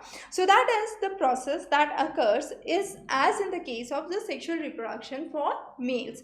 However, in case of the female, the production of the egg occurs in the case of ovary. Then you have the oviduct. Now this is the oviduct. This is the site where the actual fertilization takes place. And then you have the ureter, uterus, and finally vagina with the opening cervix. Now what happens is, if the semen enters into, there is the process of fertilization that occurs. Now fertilization occurs in the oviduct, and finally implantation occurs in uterus. Now when the implantation occurs in uterus, this is where the process of fertilization actually takes place, and the fertilization actually occurs in the oviduct, and the fertilized cell starts to grow here. So there is formation of zygote, embryo and fetus. Now this fetus is connected to the mother through the placenta. Now placenta is the source of food, nourishment, oxygen to the young ones in the womb, and also it has a lot of villi. The purpose of the villi is to increase the surface area for absorption, and also all the waste material from the body of the child is being released through the placenta. So that is some of the important functions of the placenta. Now every month one ovary is being produced. From the ovary, one egg cell is being produced. So you have production of one egg cell every month. Now if that egg cell fertilizes, then it's fine. If not, what happens is the uterus starts to prepare itself for the arrival of the egg cell. So the boundary of the uterus actually becomes thick and spongy. If the egg does not fertilize during that time, what would happen? This thick and spongy line would start to shed itself, which would result in the process of menstruation. So that is the basic idea of the female reproductive system. So those are the basic concepts that we have understood. Now coming on to the reproductive health. There are various diseases that could be actually transmitted sexually. Some of the common examples are warts, HIV/AIDS. Then there is example of syphilis. There are examples of gonorrhea. So to control all these kind of diseases that could be spread sexually, what is required is the use of contraceptives. Now for the use of contraceptives, there are various methods. The first method, indeed a less popular method, is a surgical method. This surgical method actually is one of the major methods to remove unwanted pregnancies, and either the vasa deferens is being blocked so that the sperm cannot transfer, or the fallopian tubules are being blocked so that egg cannot fertilize. So that is one of the surgical process. The next is the insertion of devices like copper T. Then there is a process of using oral pills or condoms. So those are some of the processes which are being required for maintaining a hygienic reproductive health. Also, what we have understood through whole of this chapter is each of the organism tends to develop into different life forms, and there is a process associated to it. So understanding that process becomes essential. Be it asexual reproduction or a sexual reproduction, what we need to understand is the process that underlies and how a good reproductive health could be maintained. Welcome. Let's begin with one of the very interesting topics of science, and that is heredity and evolution. So these are two different concepts that we would be considering today. The concept of heredity being given by Mendel and the concept of evolution being propounded by Darwin. We would be understanding both the scholars, their work today in a very concise and a very simple and an interesting manner. So the P generation, F1 generation, F2 generation, monohybrid, dihybrid cross, monologous, analogous for your Darwin, and those are some of the key concepts that would be discussed in this class. Now first important topic that we consider is accumulation of variations. Now how does it happen? Any organism offbreeds or propagates. Now the propagation of an organism can vary. It could be by a single organism or it could require multiple organisms. So we broadly say this reproduction is either sexual reproduction or asexual reproduction. Now when you have the offsprings being produced by a sexual reproduction, the variations are much higher, and that's where we talk about the accumulation of variation. Let's say you have one bacteria. Now this bacteria independently divides into two. These independently divide into further two, and this another into further two. but these 4 bacteria that are produced from a single bacteria would be very much similar to the original bacteria. As a result, I could say that there are very minor differences that are seen in the generations of bacteria due to very small inaccuracies that are present in the DNA copying. However, let's take an example of human being. So let's consider you, your parents, so your mother and your father, and then you have you yourself. You can understand the kind of variations in the physical appearance, in the genetic makeup, we could say. So the kind of the things that are required for a reproduction here or an offspring which is coming here is much more diverse. So the diversity varies with the kind of reproduction taking place. Also, let's talk about bacteria. So bacteria, if I can say, has a unique capability of standing extreme weather climatic conditions. So it could stand through the extreme heat conditions, extreme temperature conditions. That means you would have selection of certain traits or variants that are controlled by the environmental factor. Because if those traits or variants are not being able to pass through the changes of the environment, those won't be taken up with the next generation that is there. So, to understand this, we have the concept of heredity. Now, this concept of heredity was given by Mendel. Mendel's contribution is indeed interesting. He was a student of science and maths at the University of Vienna in Austria, but he could not complete it. Actually, he failed, and as a result, he went to monastery. But his interest into the science of hereditary could not stop him. He started experimenting with pea plant, and that was the sole thing that brought about the present day genetics. Now, why he first of all took pea? There were few reasons. It is very easy to grow. The lifespan is very short, so the results come very quickly. One species of pea plant is clearly distinguishable from another species of pea plant, and the flower size is bigger. Also, it's a unique plant where self-pollination can take place. So, you require a plant which can have self-pollination. So, we understand cross-pollination. Pollination is a pollination that occurs between different plants. However, when we talk about self-pollination, it is a pollination that occurs within the same plant. You have a new plant that could be seen. So, this is a unique plant where you can have self-pollination, and therefore, he chose pea plant for his study. Now, when he chose pea plant for his study, he tried to understand that there are both paternal and maternal DNA traits that are present as in the human beings. And when we are talking about inheritance, sometimes let's take a very simple example to explain this. Let's say your father has a attached earlobe. So earlobe can be of two types. It could be directly attached to the skin, or it could be hanging, and those are called as free earlobes. Okay. So let's say your father has an attached earlobe.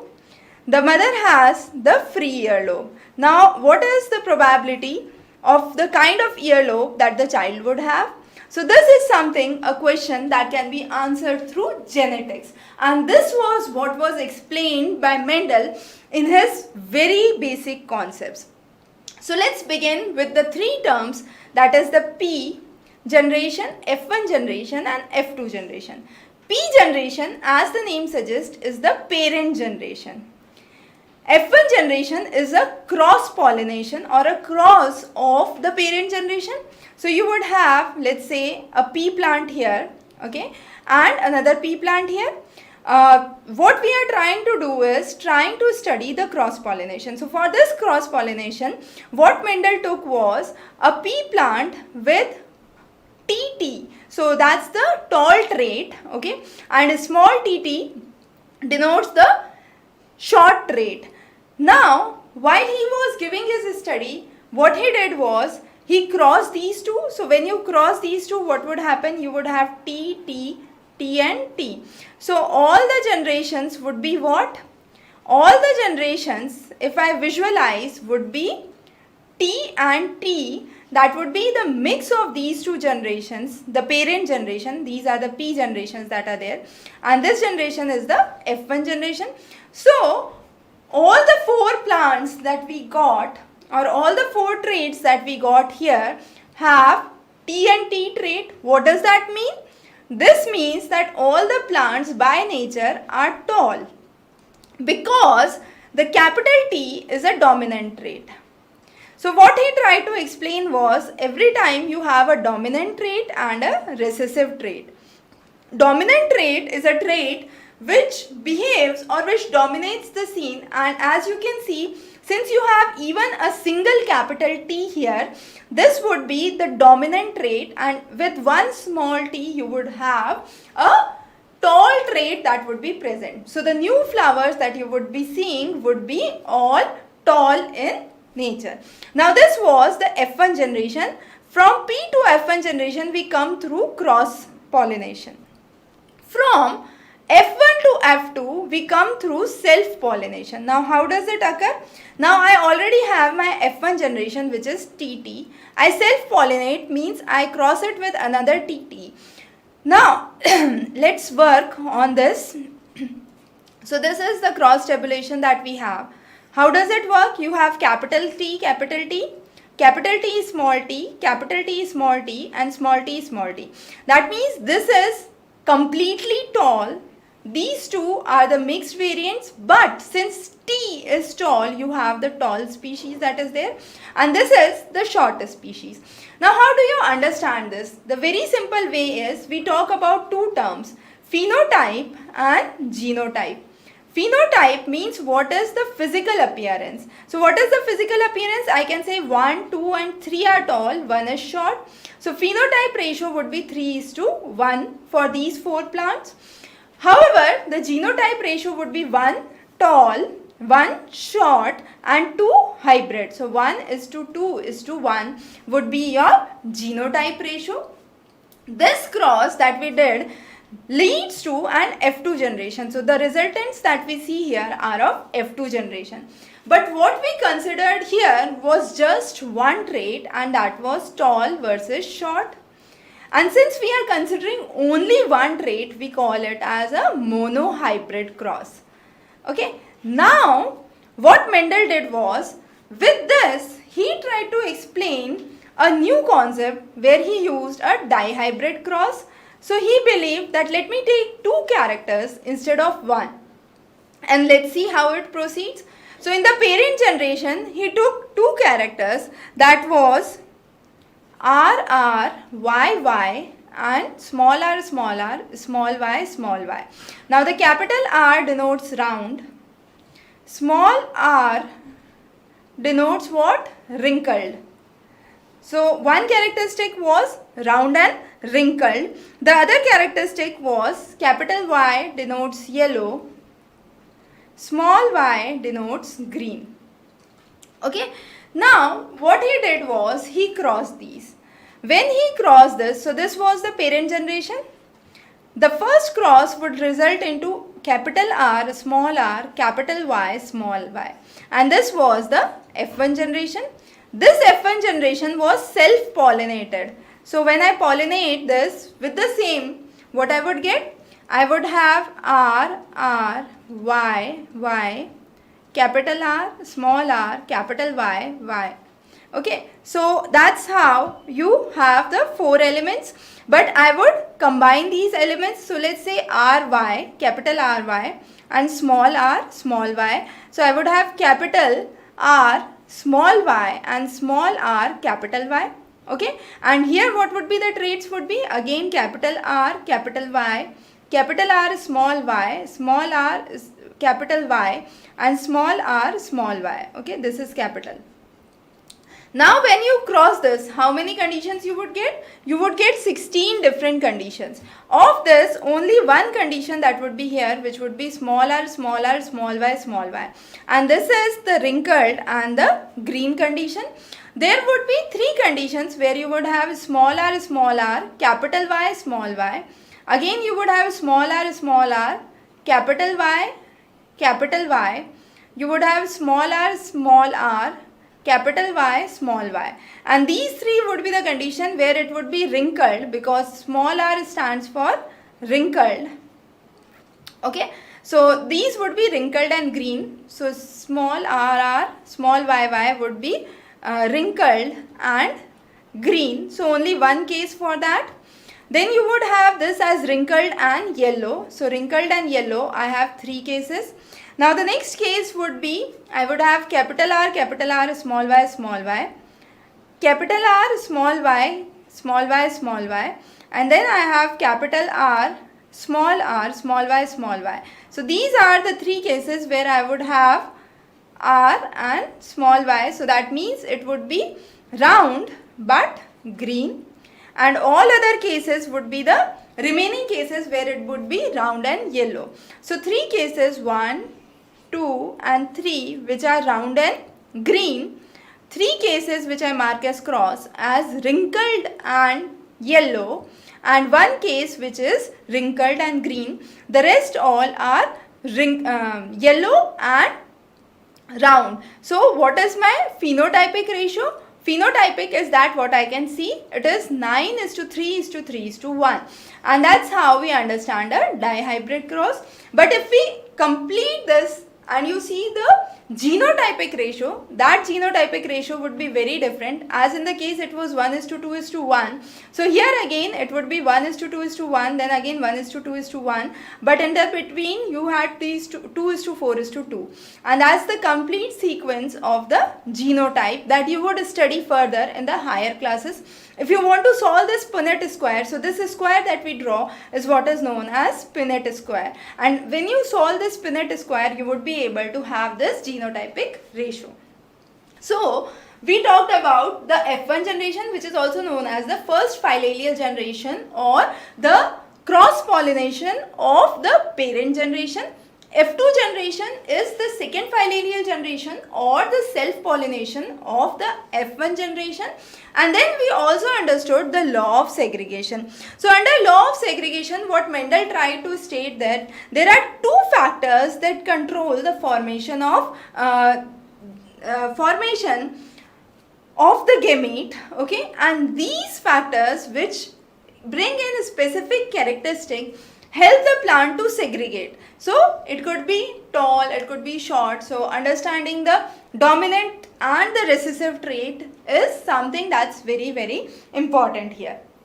Now, as we said, there are two traits. One is inherited, that is we get it from our parents. The other is acquired, which we get it through the environmental learning process. So those two traits are understood. The second trait, the acquired trait, is what we understand later. But what is the mechanism of inheritance? The mechanism of inheritance is very, very simple. It is controlled by the genes. So each gene controls one character, we could say. There are more than two forms of the genes that are present. Again, one form of the gene is dominant over the other form. The gene that is dominant is transferred to the next offspring in a higher probability ratio. So let's say in the case of tall and short, we had two genes that are present for the same trait. Now of this, the dominant one takes the presence. Genes are present where? Genes are present on the chromosome, and within the genes you have the DNA. Every individual can have the similar genes or dissimilar genes. If they have similar genes, there is probability of similarities that could be seen at a genetic level, which could be revealed at a phenotypic level. That's the level of appearance that we could say. Okay, and when you have the two genes or the two forms of the gametes that are brought together, you have the fusion that takes place and you have zygote formation process that occurs. Now, how does the traits express themselves? As we said, you have the DNA structure, which we would study in detail at the further classes. So within the genes you have the DNA. DNA is the cellular information that is present and that is used for making the protein of the cell. Now each section of the DNA provides one protein information which is called as gene of that protein. Okay, so the DNA that provides the information for one protein is called as the gene of that protein. Now let's talk about the height of a plant. The height of the plant could vary based on the hormones that are present in the plant. Okay, so based on the amount of the hormone, we can say the height of the plant would vary. So if the hormones are higher, the height might be higher. If the hormones are less, the height might be less. And thus, genes control the characteristics or what we call as traits. So individual characteristics or traits are controlled by what? These are controlled by genes. Very, very simple. Now, whenever you have an offspring, it's the parent genotype that determines the genotype of the offspring, and therefore we say both the parents have a role in determining the offspring. Now, when we say each germ cell must have one set of the gene that is present, we understand the determination of the sex. You have the male and the female. So in human body, you have 23 pairs of the chromosome, of which 22 pairs are similar. You have one pair that varies. And that pair in the male is XY and in the female it's XX. Now when you have the cross, how would this happen? So it's XY, XX. So you would have XX, XX, XY and XY. So this would determine whether the child would be a male or the female, and that trait comes in through the parent or the father, we say. Okay, so that trait, whether the child would be a girl or a boy, is determined by the father, and that's the inheritance that we study in human beings. Now coming on to a very interesting case. Understand this case very, very carefully. So when we talk about evolution, what we understand is three cases we would discuss today. The most interesting part of this class. So there was a group of beetles that were present. All the beetles were red in color. Case 1. There was some variation in the beetles and some green beetles started to come. Now when the crow came, the red beetle was very easy to catch. As a result, the crow could easily catch the red beetles, but during that time the crow was unable to catch the green beetles because green beetles were well camouflaged with the grass. So green in color and green in color. So for the crow, it became very difficult to catch the green beetles. As a result, over the time, what happened? The population of the red beetle declined because the crow was feeding on them. But the population of the green beetle started to grow. And this was the process of natural selection which was given by Darwin. So Darwin propounded the concept of natural selection, bringing this very simple idea into application. So initially we say that Darwin and Mendel did remarkable works, but both of them were contemporary, but their work was not shared among themselves. So if it would have been shared, the discoveries could have been much further, we might say. The second case that Darwin took was, there was a group of red beetles, there was some color variation due to some reasons, and there was a blue beetle that was introduced. So, over the time you had a huge population of red beetle with few blue beetles that were there. But suddenly you had a group of elephants that entered and all the red beetles there were destroyed or killed. Now what happened? You had only few species of the blue beetle that remained. But over the years, these blue beetle grew and the number of the blue beetles increased. So what kind of population came in was the blue beetle. But this case too was not a case of natural selection. This case was an accidental survival because there was an accident where all the red beetle got destroyed. As a result, what happened was only few beetles that were there were of blue color, and these blue beetles started to evolve, and you had the offsprings which were blue in color. So it led to a genetic drift. Drift means a shift. So it led to a genetic drift, a diversity without adaptation. So there was no adaptation from the red beetle that was there. Red beetle vanished off, and you had a new species of blue beetle that evolved. The third case is pretty more interesting. So these two cases are different. The third case is further different. The third case, what happened, there was huge population of beetle that was there. So they ate lot of grass.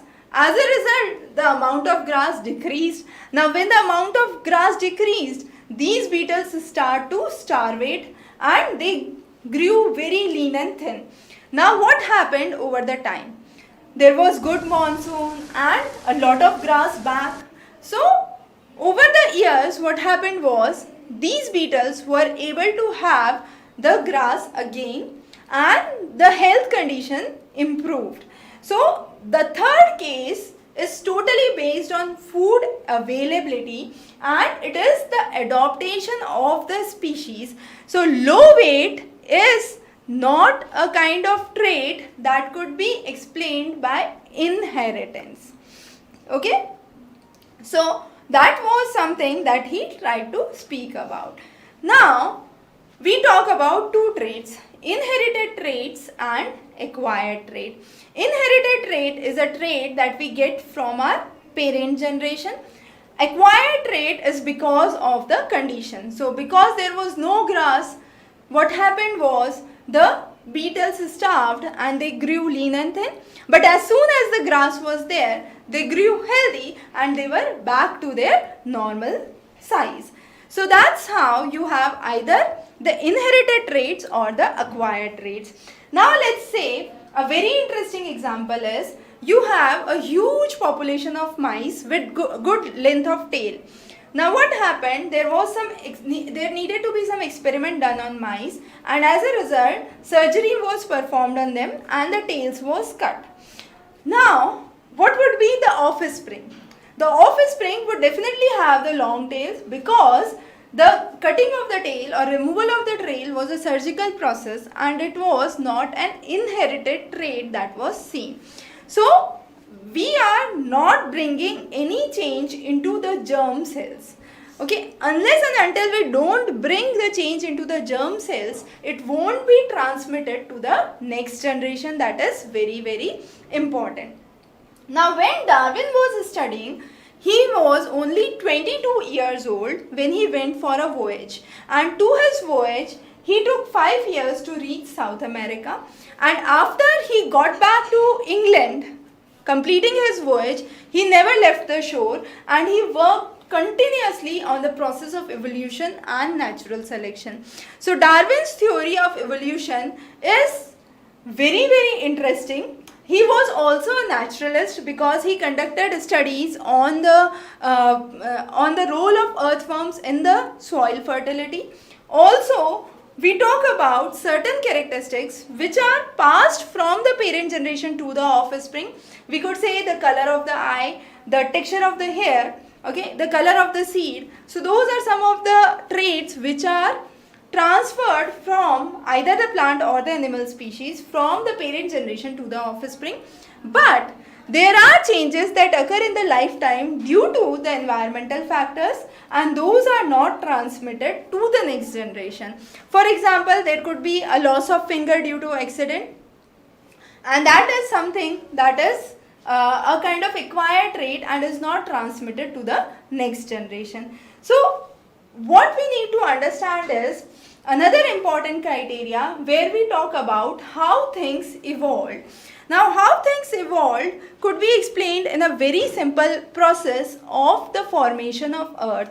So when we talk about formation of earth, you had a huge land body that was there, and you had the water body. Slowly and gradually these continents drifted apart, and you had the individual continents. But at that time we realized the species that were seen in South in the regions of Africa was very similar to what was seen in South America because of the close proximity at one point of time, and due to the drift that took place, you had the genetic drift that took place, and the same species was seen at two different regions. The next thing is how organic or organism arise. Now Darwin's theory tells us how life evolved from a very simple process to more complex process. Mendel gave the mechanism where he talked about inheritance of the trait from the parent generation to the offspring and further later. It was Haldane, a British scientist, who suggested that life developed only from inorganic molecules that are present, and the first primitive organism that originated was a result of a chemical synthesis process. Later on, you had experiments given by Miller and Urey that talked about that life exists only through the interaction of ammonia, methane, hydrogen sulfide, and there was no oxygen that was present over water. The temperature was below 100 degrees and this mixture was passed through lightning. When it was passed through lightning, the carbon was converted into simple compounds, and then later on you had amino acids that were formed, and from this amino acid you had protein molecules which were formed, and from this protein you had the origin of life that was registered. So there were different theories propounding the origin of life. Some believe that from the simple to the complex organisms it evolved. Some believe we evolved from an inorganic to an organic evolution that took place. Now, the next is speciation. Speciation means you have, let's say, many species of beetle that are present, coming back to the same example. Now, there could be various cases. Each of the beetle species cannot fly for long distances, that's for sure. Some of the beetles accidentally from this group went into another group, and as a result there was interbreeding that took place between the two groups. So there was some development that was registered, or some change, some variation that was registered. But in one very interesting case, what happened was there was a population of beetle here, a huge mountain, and another population of beetle. Now this population of beetle which was here was pretty different from that beetle population which was across the mountain. What happened one day was an eagle came, it picked up a beetle and it flew across the mountain.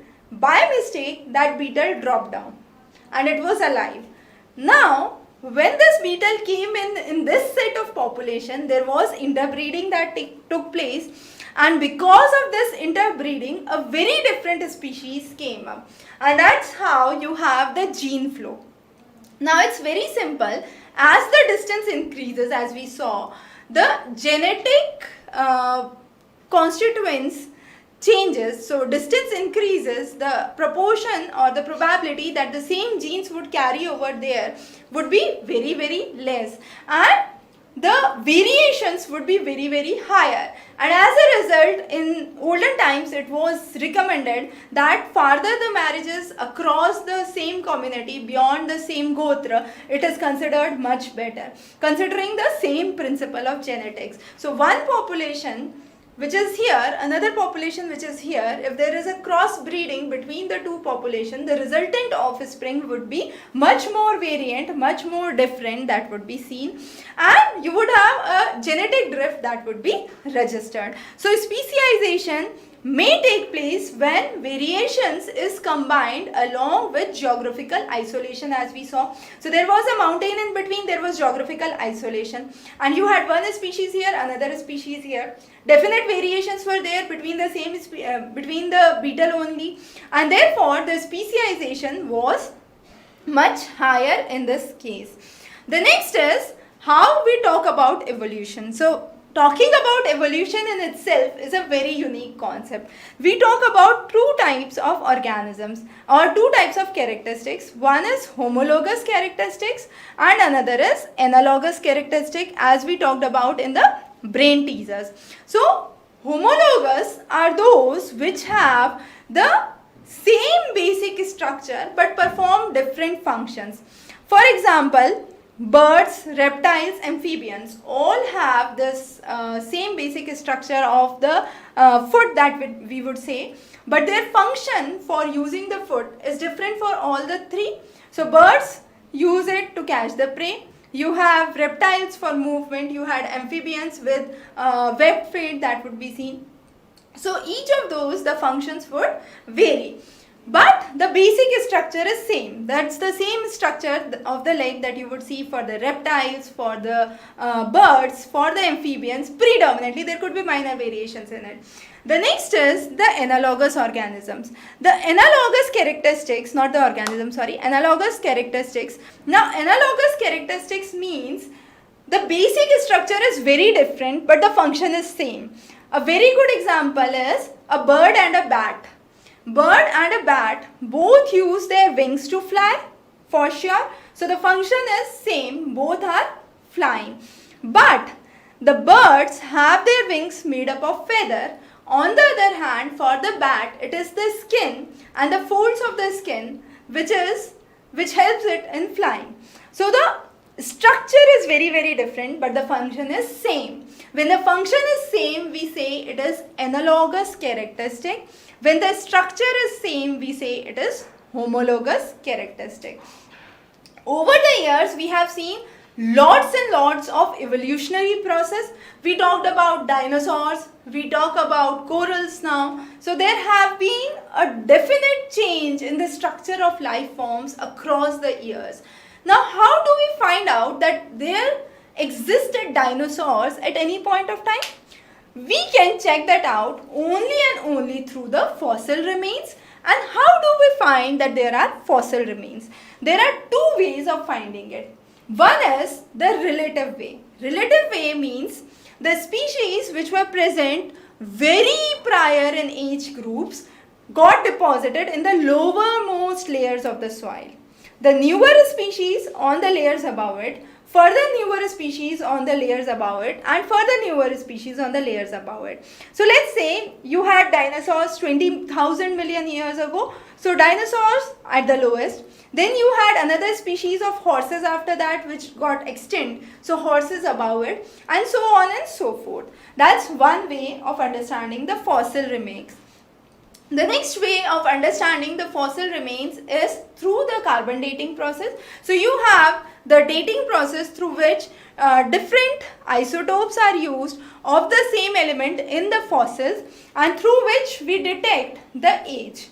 Recently you had Rayoli in Gujarat, where you have the dinosaur museum that has been established. The region was considered as one of the largest nesting sites for dinosaur. Now fossils represent few things. First is the preservation, through which we are able to understand an evolutionary trait. So how the organisms evolved over the years, we can very well understand through it, and how it was established through the various time periods. So evolution by state is very important. A good example is cabbage. So cabbage, we consider it as only cabbage, but it's not a cabbage that we eat. There are so many variants where you have very short leaves closely tightly packed, we say it's cabbage. When you have big flowers which are having a arrested growth, we say it's broccoli.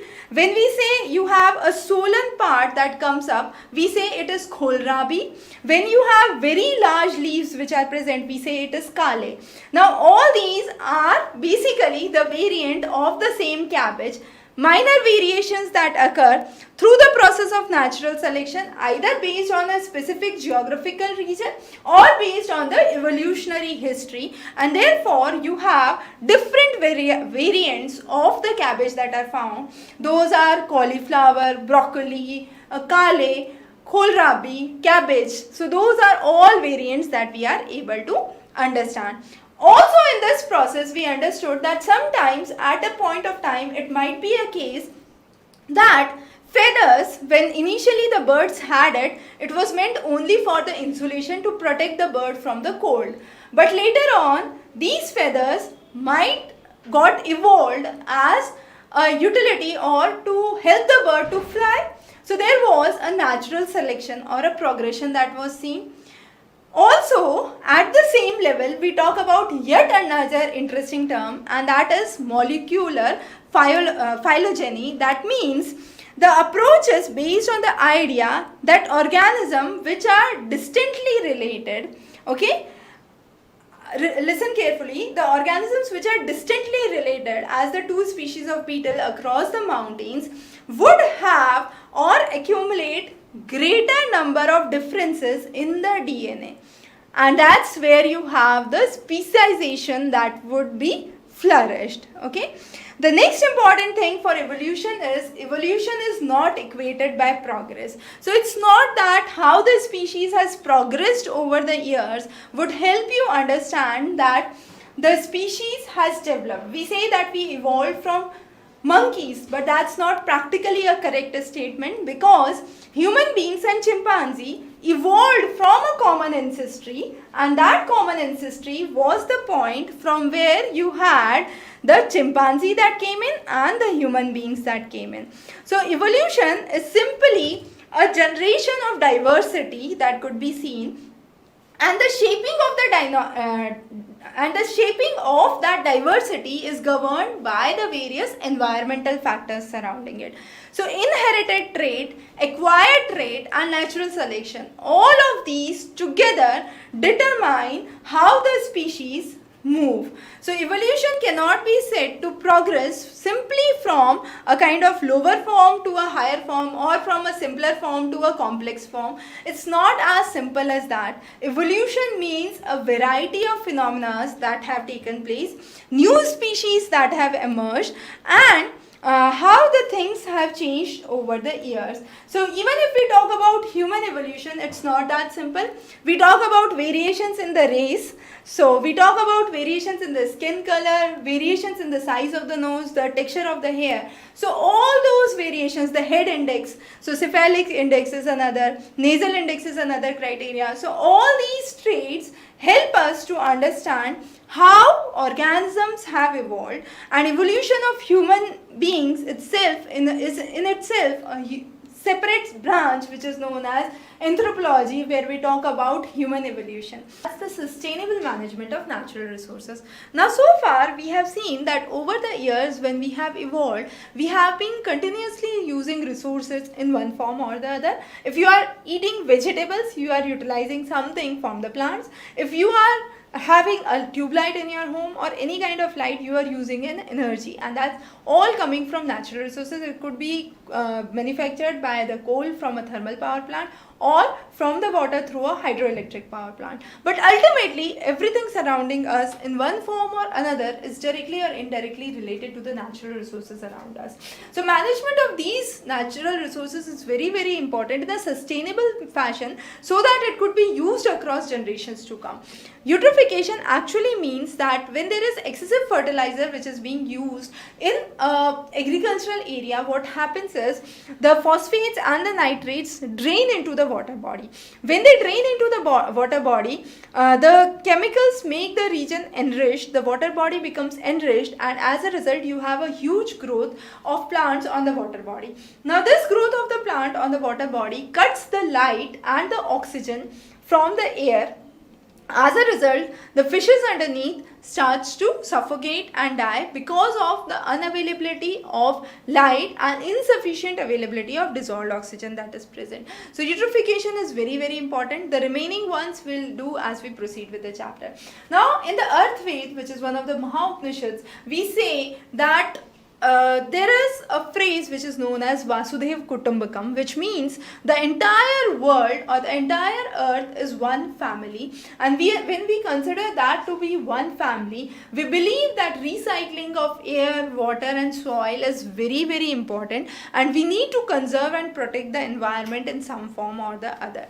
Now a very basic example to start with is the Ganga river, which is considered as one of the mightiest rivers of India, but yet one of the most polluted rivers of India. Now the most of the pollution that is seen is due to the unburned corpses in the Ganga river, and that leads to the higher production of coliform bacteria. This coliform bacteria contaminates the water, and that water affects the water system definitely. So what is the main culprit? Definitely the sewage water going in, the industrial effluents going in, and the unburned corpses which are put into the water bodies are some of the major causes. Now this Ganga Action Plan was laid down back in 1985 to resolve all these issues. However, since long we have seen that there has been no significant development. So Namami Gange project is started in 2014, and then in 2016 we came up with a national mission for clean Ganga. All these projects, the idea was to rejuvenate the dying river Ganga. Again, this Ganga extends from Gangotri till Sundarban deltas in West Bengal, and this whole stretch of more than 2,500 kilometers is affected by pollutant at each and every level. So by the time it reaches the Sundarban, it is considered as one of the most polluted rivers. So what we need to address is the quality of the water that is flowing in, and quantify the level of pollutions that are into the water body. Now the whole of the issue of environment protection, we can focus that there are 5R approaches that we can understand. So the brain teaser had the question on 3R, so you can pick the 3Rs here. Now the first is refuse, where we say we are banning any type of single-use plastic. By 2022, India claims to curb the use of single-use plastics, and that is where the Prime Minister recently was awarded the UN Championship Award, Champion of the Earth Award. The next is reduce. Reduce means decrease. So as the name suggests, you can turn off the lights when it's not required, turn off the fan when it is not required. So that means you are using the thing in a lesser amount. Reuse means using the things once, twice, thrice, and so on. So let's say a Bisleri water bottle you have, and that water bottle you are trying to use it for some other purpose, you are trying to use it again and again. So that is what is reuse. Repurpose, let's say you have a china clay vase, and that has a handle, that handle breaks off. Now this thing you can use as a flower pot, you can decorate it, you can use it as a pencil stand, and so on and so forth. So you are doing repurpose. And then next is recycle. So usually when we talk about paper, when we talk about glass, when we talk about plastics, we focus on recycling. That is, the things go into the recycling center, and fresh plastic, fresh paper, or fresh glass is produced. So all these 5 steps are aimed to conserve the resource and protect the resources for the future generations to come. Our idea is we are linking the economic development with environmental conservation. So that's why we manage our resources. Now when I say managing the resources, it's indeed a very broad question. I can simply say resources are not unlimited. Resources are finite, they are limited, but the population explosion has been very huge. Now to meet this ever growing population, we have to match the resource consumption. So if we keep on exploiting the resources, definitely these resources would vanish off one day, and when they would vanish off, they won't be available for the future generations to come. So we talk about sustainable development, where these resources could last for generations to come. When we talk about the resource base, we say the resources are available for next 40 years, 100 years or so. What about then? So therefore, we focus on alternate viable sources of resources that could be used, for example, solar energy, wind energy, tidal energy. And therefore, we can be able to protect the coal reserves, the petroleum reserves. So that is one thing. The next thing is equitable distribution of resources. That means it should not be that a person who is rich gets more resources as compared to other. The damage to the environment is caused in the process of extraction, and that also affects the environment adversely.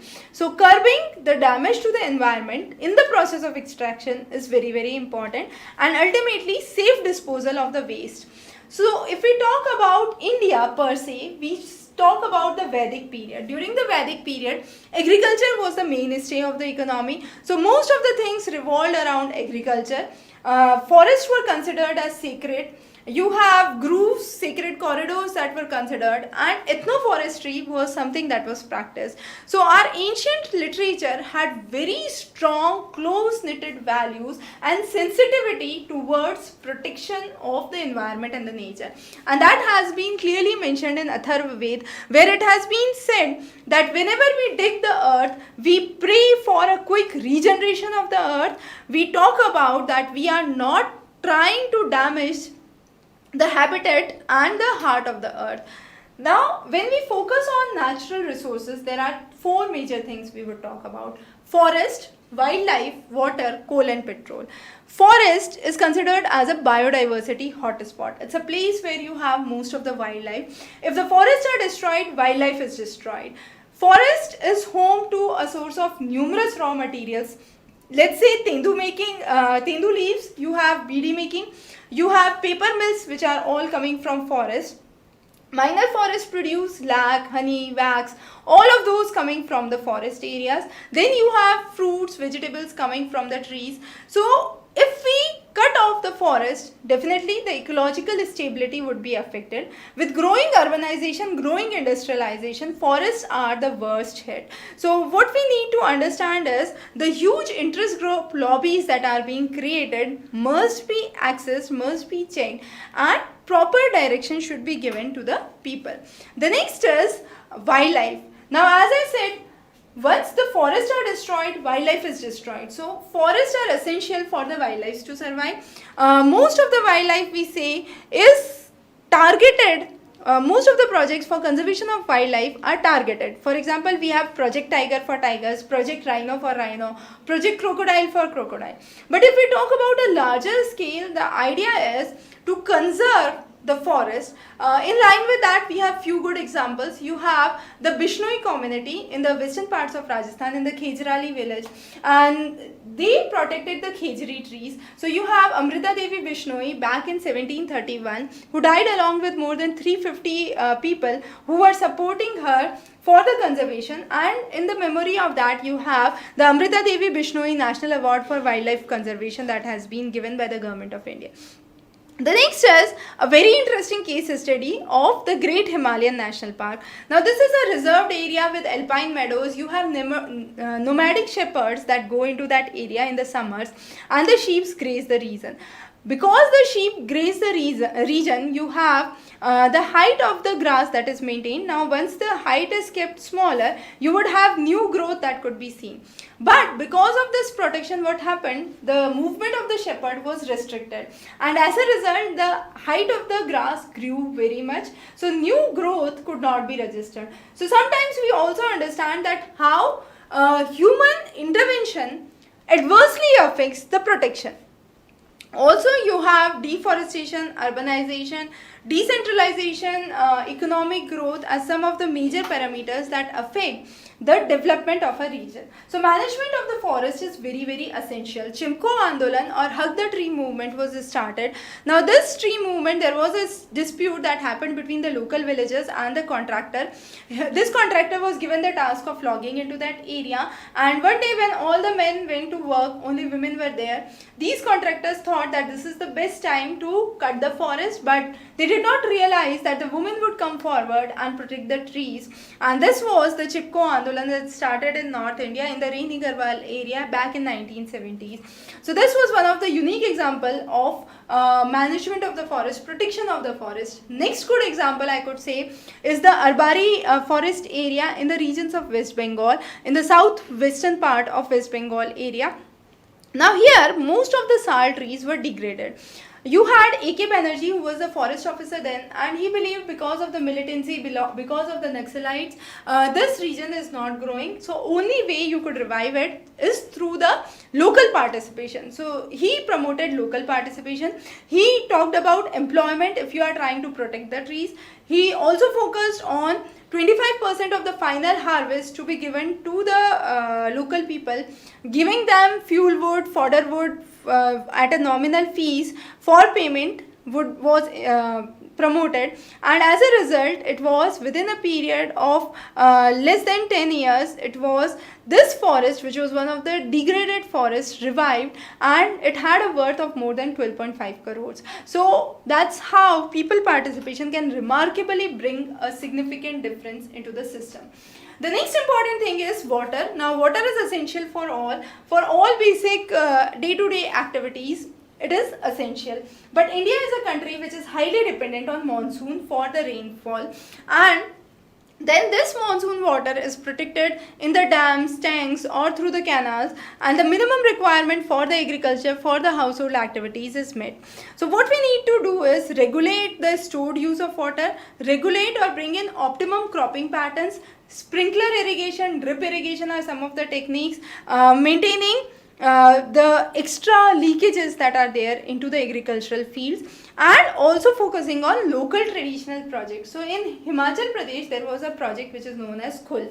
Now, Khul is a type of canal irrigation. During the planting season, what happens? Water is first used by the village which is farthest from the source of the Khul, and then the nearby villages use it. So what happened in this process is managed nicely by the local villagers, but later on the irrigation department took over it, and then all the malfunctioning started to take place, and there was no amiable sharing of the water as it was before. So that's where we need to understand the loopholes and work on those. The next is dams. We have a lot of large dams. Bhakra Nagal is a very good example. You have Sardar Sarovar Dam, yet another good example. These big projects and dams basically conserve water for irrigation, for agriculture purpose, for electricity generation, and for supply of electricity. So all those are being looked about. Along with that, you also have a little of fishery, a little of local activities that could be seen in that areas. Similarly, Indira Gandhi Canal also developed significantly, but the thing was, the regions closer to the Indira Gandhi Canal, there was lots and lots of sugarcane cultivation, paddy cultivation that was seen. But as soon as you move away from it, there was no water. So alkalinity was one of the major issues in the region close to the Indira Gandhi Canal. The other issue was displacement of the local people. So for the construction of these projects, there is lot of displacement of the local people, the tribal people. Sardar Sarovar Dam is yet another important issue. You have Meeta Patkar who has been actively working for it. The idea is, if you keep on raising the height of the dam, it would lead to seismic disturbances. It would also lead to displacement of numerous people, cause economic problems, and a large amount of money and profit generation would be affected in this slide. Similarly, you have Tawa Dam, which was again in news. So what we focus on is water harvesting. Now, it's not required that only through dams you can have water harvesting or water conservation that could be done, but through the local traditional methods at a local level, you could have rainwater harvesting. So whatever water is coming in the monsoon months could be protected. It is called by different names in the different parts of the country. You have Khadin or Nadi in the regions of Rajasthan. You have Kattha in the regions of Karnataka. Surangam in the regions of Kerala. You have ponds in the Khandi belt of Jammu region. So those are the different names in the different parts of the country. But the idea remains same. You are trying to conserve the surface water, make the surface water available to the groundwater, so the recharge of the groundwater takes place, the level of the groundwater increases, and finally you have surface water available at least for the coming 6 to 7 months. So Tarun Bharat Sangh by Dr. Rajendra Singh is one of the organizations that has been running for the conservation of water, and in the regions of Alwar you have numerous johars that have been created. He is also awarded as the Waterman of the India, and his contribution for the water conservation and water harvesting has been significant. Similarly, you have crescent shaped structures that are built. So from the uphill you can have a crescent shaped structure and a khul here. So all the water here is captured. Now this water would be available for 6 to 7 months, and because of this the groundwater would be recharged, and after the monsoon this region is getting filled, but also it is being protected from any kind of waterborne diseases. You have seasonally flooded gullies which are seen in this region. The next is the coal and petroleum as a reserve or as a natural resource. Now, coal and petroleum, the use significantly increased after the Industrial Revolution. Prior to the Industrial Revolution, it was not that high consumption that was seen for coal and the petroleum. As of now, we believe we have petroleum resources for next 40 years and coal resources for next 200 years only. So, what about the generations after that? There is a big question mark. So, the idea is to conserve this natural resource. Now, how can we do that? We can move to alternate forms of viable energy. This could be in the form of solar energy, wind energy, tidal energy, and so on. The next is reducing the usage. So we can move for, rather than individual vehicle, you could move for carpooling or a public transport, using LED lights instead of CFL lights, using more sweaters rather than having a heater on during the winter months. Moving with a staircase rather than using lift is another form where you are trying to conserve energy. Now this coal and petroleum are giving us energy, and when we are trying to conserve the energy, we can bring in sustainable growth, we can conserve the resources for the future generations to come. Again, when you have these fossil fuels, how do they develop? They get deposited into the layers, and when they are buried in for years and years, you have the coal that is being formed. We also talk about carbon sequestration in the same form, where now we are trying to artificially put in carbon into the soil and keep it for generations, so that you have coal that would be produced on one end, and on the other end you would have carbon emissions into the atmosphere that could be reduced. Again, we are talking about this carbon that we are using, or this coal or petrol that we are using. When it is burnt, it releases numerous exhaust into the air, and this could be in the form of oxides of nitrogen, phosphorus, sulfur, and then you would have carbon monoxide, which is one of the toxic gases that is considered, carbon dioxide, which is considered as a greenhouse gases, leading to the rise in the temperature of the region. So the idea is to bring in much more awareness among the people, to decrease the use of the resources that are there, and in light of all this, what we can do is significantly bring in a change into the system. So the sole idea of this chapter is to make the citizens aware about the sustainable management of the existing resources and bring those in line with the future generations to come, so that they can at least avail a happy life. Have a wonderful day ahead.